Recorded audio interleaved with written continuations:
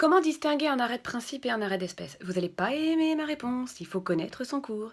C'est en connaissant son cours, c'est encore la meilleure solution pour savoir si c'est un arrêt de principe ou un arrêt d'espèce. La question jusqu'alors n'était jamais tranchée et on sait que c'est cet arrêt qui tranche la question. C'est l'arrêt de principe. Après, je vais quand même vous aider. Il y a quand même des petits éléments formels dans l'arrêt qui vous permettent de savoir si c'est un arrêt de principe ou pas. Déjà, vous regardez quelle est la juridiction qui l'a rendu. C'est sûr que si c'est un TGI, on ne parlera pas tellement de principe, ni même une cour d'appel. On parlera plus volontiers d'arrêt de principe quand c'est un arrêt rendu par la Cour de cassation. Regardez aussi la chambre. Il y a plus de chances que ce soit un arrêt de principe quand vous voyez un arrêt d'assemblée plénière ou chambre mixte. Encore une fois, ça ne veut pas dire qu'un arrêt rendu par la première chambre ou la deuxième n'en est pas un, mais c'est sûr que ça fait partie des indices. Bon.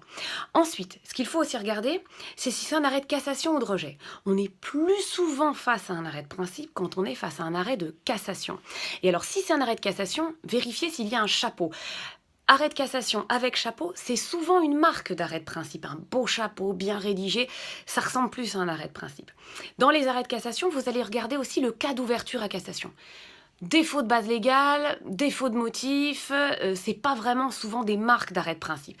En revanche, violation de la loi, ça marque plus facilement un arrêt de principe. Bon, encore une fois, c'est pas des généralités, mais ça fait partie des choses à pointer. Bon, si c'est un arrêt de rejet, c'est vrai que c'est moins souvent un arrêt de principe, mais ça n'est pas interdit. Regardez, Jacques Vabre, c'est un arrêt de rejet et pourtant c'est un arrêt de principe. Bon, dans un arrêt de rejet, ce qui va vous faire penser parfois que c'est un arrêt de principe, c'est quand la Cour de cassation opère une substitution de motif. Là, ça marque l'arrêt de principe. Ou alors quand il y a des expressions comme à bon droit. La Cour d'appel retient à bon droit. Pourquoi? Parce que là, la Cour de cassation veut bien marquer qu'elle est particulièrement d'accord avec la Cour d'appel.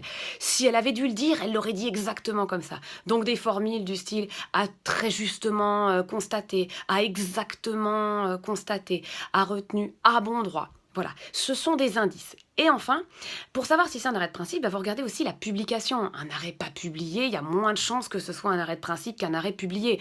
Si un arrêt est publié au bulletin, sur le site de la Cour de cassation, et qu'en plus il est extrêmement commenté, vous vous dites, tiens, là quand même, c'est des marques d'arrêt de principe. Et tout ça, vous ne le savez pas le jour de l'examen. Vous n'avez pas marqué toutes les publications le jour de l'examen. Donc encore une fois, la meilleure méthode, c'est de connaître son cours pour savoir si c'est un arrêt de principe. Mais ensuite, vous avez des petits indicateurs dans l'arrêt lui-même.